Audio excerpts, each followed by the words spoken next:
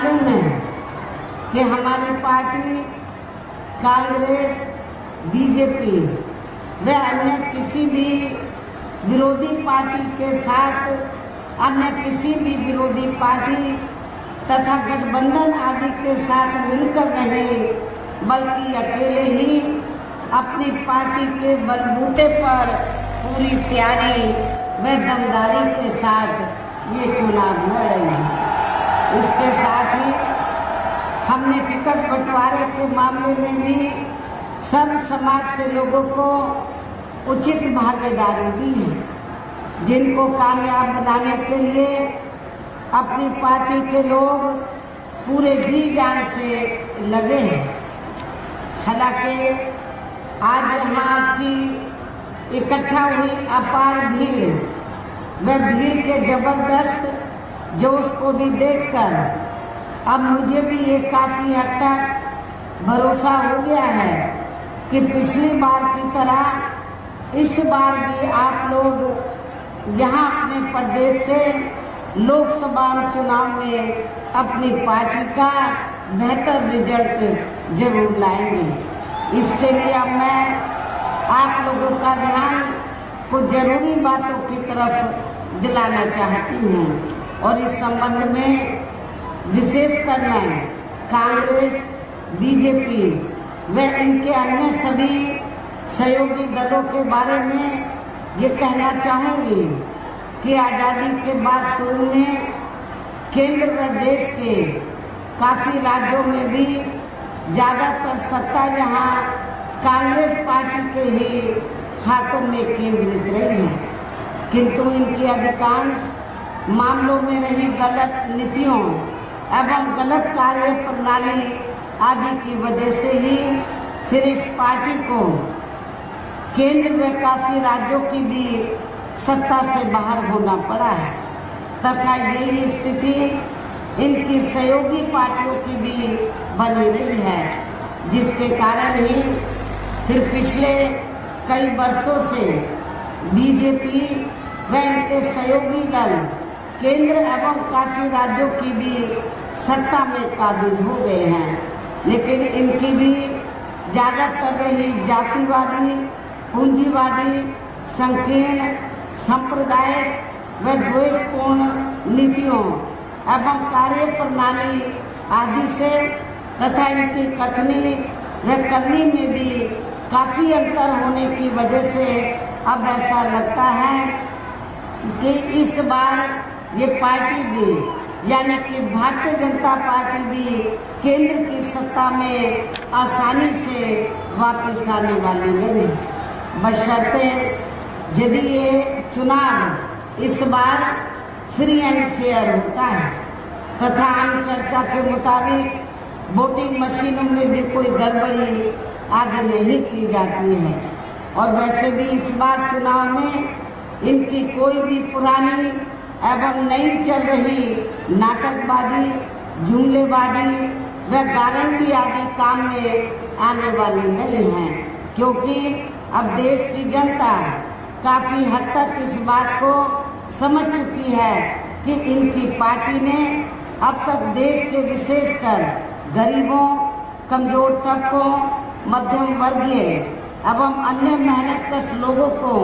जो इन्हें अच्छे दिन दिखाने के असंख्य प्रलोभन भरे वायदे किए हैं तथा अनेकों हवाई व कागजी गारंटी आदि भी दी है, तो उनका जमीनी हकीकत में अभी तक इन्होंने लगभग 1/4 हिस्सा कार्य भी पूरा नहीं किया है, बल्कि इसके स्थान पर इनका ज़्यादातर समय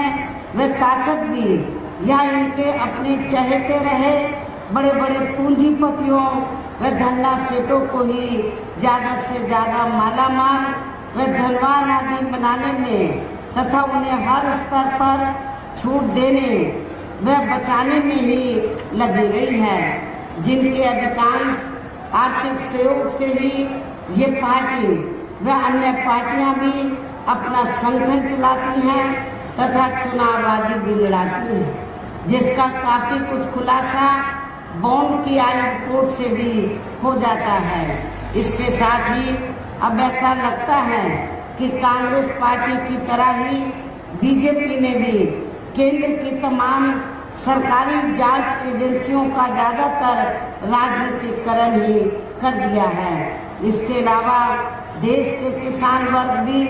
वर्तमान बीजेपी की सरकार में शुरू से ही अपनी विभिन्न समस्याओं को लेकर काफी ज्यादा दुखी व परेशान रहे हैं और अभी भी है। जबकि यूपी में 4 बार हमारी पार्टी की रही सरकार ने उनके हितों का भी हर स्तर पर विशेष ध्यान रखा है। आप लोगों को ये मालूम है कि जब यूपी में बीएसपी के नेतृत्व में सरकार बनी है तो हमारी पार्टी की सरकार ने तो जो किसान भाई हैं तो उनको समय से खेती करने के हमने सस्ते साधन उपलब्ध कराए और उनकी फसल का भी उचित दाम हमारी सरकार ने दिया है। लखीमपुर खीरी में, वैसे तो पूरे यूपी में किसान भाई काफी बड़ी तादाद में हैं, लेकिन लखीमपुर जो खीरी का जो एरिया है, जो क्षेत्र है, तो वो खेती करने के लिए भी काफी विख्यात है। और यहाँ पर जो हमारे किसान भाई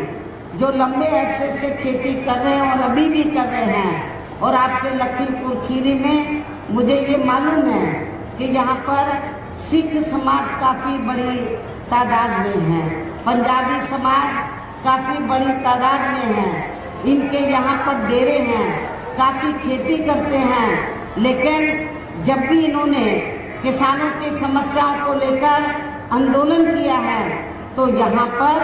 भारतीय जनता पार्टी के लोगों ने उसको कुचलने का काम किया है। और बीजेपी का जो सिटिंग एमपी है जो फिर से चुनाव लड़ा है, उसने किसानों का बड़ा शोषण किया है, उसने किसानों का बड़ा शोषण किया है। यहाँ पर काफी लोगों को जुल्म जाति का, किसान भाइयों को काफी जुल्म जाति का शिकार होना पड़ा है। इसलिए मेरा किसान भाइयों से, चाहे सिख हैं, पंजाबी हैं, चाहे हिंदू हैं, सभी किसान भाइयों से ये अपील है, इस चुनाव में मौका है, बीजेपी के ऐसे सांसद को जो चुनाव लड़ा है उसकी जमानत जब्त करा के लिए आप लोगों को बदला लेने का मौका है। इतना ही नहीं, बल्कि केंद्र में पूर्व की रही कांग्रेस की सरकार की तरह ही वर्तमान भाजपा सरकार में भी इनकी जातिवादी, हीन, सांप्रदायिक एवं पूंजीवादी सोच व नीतियों के चलते ही पूरे देश में सर्व समाज में से खासकर गरीबों, दलितों, आदिवासियों, पिछड़े वर्गों, मुस्लिम एवं अन्य धार्मिक अल्पसंख्यक समाज के लोगों का भी पूर्ण रूप से विकास व उत्थान आदि नहीं हो सका है। और इस संदर्भ में वैसे आप लोगों को ये मालूम है कि पूरे देश में यहाँ दलितों, आदिवासियों एवं अन्य पिछड़े वर्गों का सरकारी नौकरियों में वर्षों से अधूरा पड़ा आरक्षण का कोटा भी अभी तक पूरा नहीं भरा गया है। विशेषकर एससी व एसटी वर्गों के सरकारी कर्मचारियों का पदोन्नति में आरक्षण भी अब काफी हद तक प्रभावी नहीं बना दिया गया है, जिसे जब सपा यहाँ पावर में थी तो समाजवादी पार्टी की सरकार ने पूर्ण रूप से खत्म कर दिया था। साथ ही केंद्र व राज्यों में भी विरोधी पार्टियों की रही सरकारों ने इन सभी वर्गों को प्राइवेट सेक्टर में आरक्षण दिए जाने की व्यवस्था किए बिना ही इनकी सरकारों के ज्यादातर सरकारी कार्य अब प्राइवेट सेक्टर के जरिए ही इनके बड़े बड़े पूंजीपतियों व धन्ना सेठों आदि को ही दिए जाने के कारण अब इनको पूरे देश में आरक्षण का बहुत कम ही लाभ मिल पा रहा है। इसी प्रकार इनका अन्य और मामलों में भी शोषण व उत्पीड़न आदि होना अभी तक भी बंद नहीं हुआ है। इनके साथ साथ मुस्लिम व अन्य धार्मिक अल्पसंख्यक समाज के लोगों की भी हालत हर स्तर पर यह काफी ज्यादा खराब व दयनीय बनी हुई है। इतना ही नहीं बल्कि पिछले कुछ वर्षों से केंद्र व अधिकांश राज्यों में भी बीजेपी व आरएसएस की सरकारों के चलते हुए अब इनका विकास व उत्थान आदि होना भी काफी हद तक बंद सही हो गया है। आए दिन इन पर यानी कि मुस्लिम समाज और अन्य धार्मिक अल्पसंख्यक समाज के लोगों पर मुस्लिम, सिख, ईसाई, पारसी व बौद्ध आदि और इनमें भी खासकर मुस्लिम समाज के लोगों के ऊपर आए दिन खासकर हिंदुत्व की आड़ में हो रही जुर्म जाति भी यहाँ काफी ज्यादा चरम सीमा पर पहुंच चुकी है। इनके साथ साथ अपर कास्ट समाज में से विशेषकर गरीब लोगों की भी हालत हमें कोई खास अच्छी नजर नहीं आती है। इनकी गलत कृषि नीतियों के कारण किसान वर्ग भी आए दिन आंदोलित ही बना रहता है। साथ ही इनकी गलत आर्थिक नीतियों की वजह से देश की अर्थव्यवस्था पर भी इसका काफी बुरा प्रभाव पड़ा है, जिससे यहाँ विशेषकर छोटे एवं मध्यम वर्गीय व्यापारी वर्ग भी काफी ज्यादा दुखी व परेशान हैं। और अब केंद्र में पूर्व की रही सरकारों की तरह ही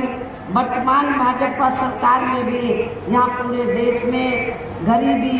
बेरोजगारी एवं महंगाई आदि भी लगातार काफी ज्यादा बढ़ रही है। देश में हर स्तर पर फैला भ्रष्टाचार भी अभी तक खत्म नहीं हुआ है। साथ ही अपने देश की सीमाएं भी अभी तक पूरे तौर से सुरक्षित नहीं है। ये भी बड़ी चिंता की बात है। ऐसे में अब आप लोगों को देश में हो रहे लोकसभा चुनाव में कांग्रेस, बीजेपी व इनकी सहयोगी पार्टियों को भी केंद्र की सत्ता में आने से जरूर रोकना है, जिनकी गलत नीतियों व गलत कार्य प्रणाली आदि को आप लोग काफी हद तक आजमा भी चुके हैं। ऐसी खराब स्थिति में अब ये विरोधी पार्टियां इस चुनाव में भी किस्म किस्म के साम, दाम, दंड भेद आदि अनेकों हथकंडे इस्तेमाल करके केंद्र की सत्ता में आने की पूरी कोशिश में लगी हैं, जिनसे अपनी पार्टी के लोगों को हर स्तर पर काफी ज्यादा सावधान रहना है। और इस मामले में विरोधी पार्टियां अपने अपने पक्ष में हवा बनाने के लिए खासकर मीडिया, ओपिनियन पोल व सर्वे आदि का जो बड़े पैमाने पर इस्तेमाल कर रही हैं, तो उससे भी अपनी पार्टी के लोगों को बिल्कुल भी गुमराह नहीं होना है। इसके साथ ही विरोधी पार्टियों के विभिन्न रूपों में जारी किए गए इनके हवाई व प्रलोभन भरे चुनावी घोषणा पत्रों एवं वायदों आदि के बहकावे में भी अपनी पार्टी के लोगों को कतई नहीं आना है, जिन्हें ये पार्टियां चुनाव खत्म होने के बाद ज्यादातर अमल में नहीं लाती हैं। और अब जिन पर से देश की जनता का अधिकांश विश्वास ही उठ गया है, यही खास वजह है कि हमारी पार्टी किसी भी चुनाव में अपनी पार्टी का कोई भी चुनावी घोषणा पत्र आदि जारी नहीं करती है। वैसे भी हमारी पार्टी किसी भी मामले में कहने में बहुत कम बल्कि कार्य करके दिखाने में ही ज्यादा विश्वास रखती है। और इस बात का सबसे बड़ा सबूत यह है कि उत्तर प्रदेश में 4 बार हमारी पार्टी के नेतृत्व में रही सरकार ने चुनाव में अपनी पार्टी के बिना कोई जारी किए गए चुनावी घोषणा पत्र के ही प्रदेश में आम जनहित में काफी कुछ ऐतिहासिक कार्य करके दिखाए हैं, जिनकी अब देश में अधिकांश पार्टियों की सरकारें काफी नकल भी कर रही हैं। जबकि इस मामले में हमारी पार्टी का यह कहना है कि यदि इन पार्टियों के स्थान पर केंद्र में हमें अपनी पार्टी की सरकार बनाने का मौका मिलता है, तब फिर हमारी पार्टी की बनी सरकार केंद्र में यहाँ अब तक रही सभी विरोधी पार्टियों की सरकारों की तरह केवल हवाई व कागजी कार्य आदि नहीं करेगी, बल्कि उत्तर प्रदेश की तरह ही जमीनी हकीकत में ठोस कार्य करके दिखाएगी। और इस संदर्भ में खासकर मैं ये कहना चाहूँगी, केंद्र द्वारा देश में पिछले कुछ समय से अति गरीब परिवारों को अस्थायी तौर पर फ्री में जो थोड़ी सी खाद्य सामग्री दी जा रही है, तो उससे इनका स्थायी तौर पर भला होने वाला नहीं है। और यहाँ मैं इन लोगों को ये बताना चाहती हूँ कि ये जो आपको फ्री में थोड़ी जो खाद्य सामग्री दी जा रही है, तो ये कोई भारतीय जनता पार्टी अपनी जेब से नहीं, इनकी सरकार अपनी जेब से नहीं दे रही है, बल्कि जो आप लोग टैक्स देते हैं, जनता टैक्स देती है, उस पैसे से आप लोगों को ये फ्री में खाद्य सामग्री दी जा रही है। और वैसे भी इनकी ये जटिल समस्या देश में हर हाथ को काम देने से ही केवल दूर हो सकती है, जिसकी तरफ हमारी पार्टी की बनी सरकार विशेष ध्यान देगी। साथ ही देश में पिछले काफी वर्षों से आए दिन बढ़ रही गरीबी, बेरोजगारी व महंगाई आदि से भी जनता बहुत ज्यादा दुखी व परेशान है, जिसे भी आर्थिक नीतियों में तब्दीली करके जरूर दूर किया जाएगा। धर्म की भी आड़ में पिछले कुछ वर्षों से खासकर मुस्लिम समाज के लोगों का द्वेष की भावना से जो इनका काफी ज्यादा शोषण व उत्पीड़न किया जा रहा है, तो उसे भी जरूर रोका जाएगा। इसी प्रकार आप लोगों को ये मालूम है, जब कांग्रेस सेंटर में थी तो सिखों का भी, सिख समाज के लोगों का भी काफी शोषण हुआ है। और जब इंदिरा कांड हुआ था उस समय गलती चाहे एक दो सिख समाज के लोगों ने की, लेकिन उस समय पूरे देश में सिख समाज के लोगों को बड़े पैमाने पर तबाह बर्बाद किया गया था। सिख समाज के लोगों से मैं ये कहना चाहती हूँ कि आप लोगों को उस समय को भूलना चाहिए, मेरे ख्याल नहीं भूलना चाहिए, कांग्रेस को कभी भी माफ नहीं करना चाहिए। और ये सब हमने और इतना ही नहीं, ये सब हमने लेकिन हमने अपनी हुकूमत के दौरान ये सब नहीं होने दिया है, तो इनके जान माल व मजहब की पूरी हिफाजत की है। इसके अलावा हमने यूपी में सर्व समाज में से गरीब एवं बेरोजगार लोगों को बेरोजगारी भत्ता आदि न देकर उन्हें बड़ी तादाद में रोटी रोजी के साधन भी उपलब्ध कराए हैं, जो अब ये कार्य भी अधिकांश ठंडे ही पड़े हैं, जिनको फिर सरकार बनने पर प्राथमिकता दी जाएगी। कहने का तात्पर्य ये है कि देश में इस समय हो रहे लोकसभा चुनाव में विरोधी पार्टियों के जारी किए गए उनके हवाई व प्रलोभन भरे चुनावी घोषणा पत्रों आदि के बहकावे में अब यहाँ खासकर देश के अति गरीबों, मजदूरों, बेरोजगारों एवं अन्य मेहनत कश लोगों को बिल्कुल भी नहीं आना है। और अब इन्हें ऐसी सभी विरोधी पार्टियों को हर हालत में केंद्र की सत्ता में आने से जरूर रोकना है, जिनकी कथनी व करने में काफी अंतर रहा है तथा जिन्हें ये लोग वर्षों से आजमा भी चुके हैं। ऐसे में अब मेरा यही कहना है कि आप लोगों को अपने खुद के व अपने प्रदेश व क्षेत्र तथा देश के भी हित में अपने वोटों को यहाँ कांग्रेस, बीजेपी व अन्य विरोधी पार्टियों को न देकर केवल अपनी एकमात्र हितैषी पार्टी बहुजन समाज पार्टी को ही देना है, जो ये पार्टी उत्तर प्रदेश की तरह ही केंद्र में भी अपनी पार्टी की सरकार बनने पर फिर पूरे देश में यहाँ अपनी पार्टी की सर्वजन हिताय व सर्वजन सुखाय की नीतियों पर आधारित ये सरकार चलाएगी। इसके साथ साथ केंद्र से जुड़ी आपके क्षेत्र की जो भी यहाँ स्थानीय समस्याएं होंगी तो उन्हें भी फिर दूर करने का हर संभव पूरा प्रयास किया जाएगा। साथ ही यहाँ गरीबों, मजदूरों, बेरोजगारों, कर्मचारियों, किसानों, छोटे व्यापारियों एवं अन्य मेहनत कश लोगों के हितों का भी विशेष ध्यान रखा जाएगा। सर्व समाज में से खासकर दलितों, आदिवासियों, पिछड़े वर्गों, मुस्लिम व अन्य धार्मिक अल्पसंख्यक समाज के लोगों के विकास एवं उत्थान के साथ साथ हर स्तर पर इनकी सुरक्षा आदि के लिए भी सख्त कदम उठाए जाएंगे और तभी फिर यहाँ वास्तव में अपने देश के महान संतों, गुरुओं व महापुरुषों में भी विशेषकर महात्मा ज्योतिराव फूले, श्री छत्रपति शाहू जी महाराज, श्री नारायण गुरु, बाबा साहब डॉक्टर भीमराव अम्बेडकर एवं मान्यवर श्री कांशीराम जी आदि का अधूरा रहा सपना जरूर साकार हो सकता है, जिनको यूपी में हमारी पार्टी की रही सरकार द्वारा हर स्तर पर पूरा आदर सम्मान दिया गया है। इन्हीं खास बातों के साथ ही अब मेरा देश व आपके स्टेट के भी हित में, आपके क्षेत्र के भी हित में यही कहना है कि हमारी पार्टी ने यहाँ जिनको भी लोकसभा के लिए चुनाव के मैदान में उतारा है, हमारी पार्टी ने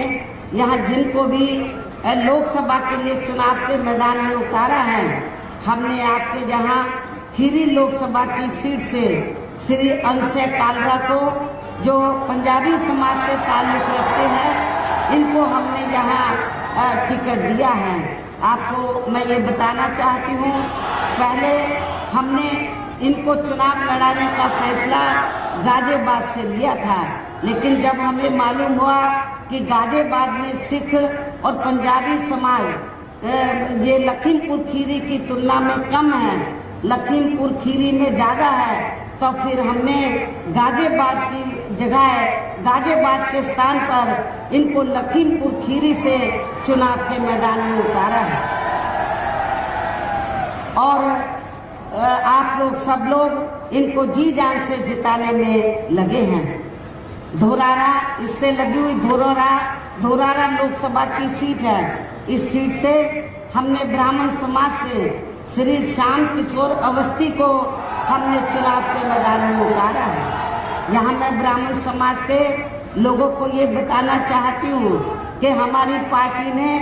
धोरारा से ही ब्राह्मण समाज के व्यक्ति को चुनाव के मैदान में अकेले नहीं खड़ा किया है, बल्कि उत्तर प्रदेश में हमने ब्राह्मण समाज के लोगों को काफी टिकट दिए हैं। मुझे नहीं लगता कि हमसे ज्यादा किसी और पार्टी ने ब्राह्मण समाज को अपर कास्ट में टिकट दिए हैं। श्याम सिंह किशोर अवस्थी धोरारा से हमने इनको खड़ा किया है। और इसी प्रकार सीतापुर लोकसभा की सीट है। लोग कहते हैं, समाजवादी पार्टी के लोग कहते हैं कि बीएसपी यादव समाज के खिलाफ है। हमारी पार्टी यादव समाज के खिलाफ नहीं है, बल्कि समाजवादी पार्टी की जो सोच है, नीतियां हैं, उनके खिलाफ है। किसी वर्ग विशेष के खिलाफ नहीं है। यदि वर्ग विशेष के खिलाफ होती, किसी जाति विशेष के खिलाफ होती, तो फिर हमारी पार्टी अकेले सीतापुर से नहीं, बल्कि हमने और भी सीटों पर यादव समाज के लोगों को टिकट दिया है। हमने सीतापुर लोकसभा की सीट से श्री महेंद्र सिंह यादव को चुनाव के मैदान में उतारा है,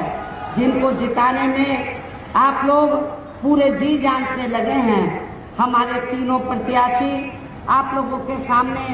यहाँ मौजूद हैं, मंच पर मौजूद हैं, तो उन्हें आपको जरूर कामयाब बनाना है, जिसके लिए यहाँ पार्टी के सभी स्तर के छोटे बड़े पदाधिकारी एवं कार्यकर्तागण आदि पूरे जी जान से लगे हैं। और अब अंत में मेरा यही कहना है कि आप लोगों को वोट पड़ने वाले दिन यहाँ बीएसपी के अपने सभी लोकसभा उम्मीदवारों को अपनी पार्टी के हाथी चुनाव चिन्ह, बीएसपी का चुनाव चिन्ह क्या है? हाथी। अपनी पार्टी के हाथी चुनाव चिन्ह के सामने वाले बटन को दबाकर इन प्रत्याशियों को भारी वोटों के अंतर से जरूर कामयाब बनाना है। इनको जरूर जिताकर पार्लियामेंट में भेजना है।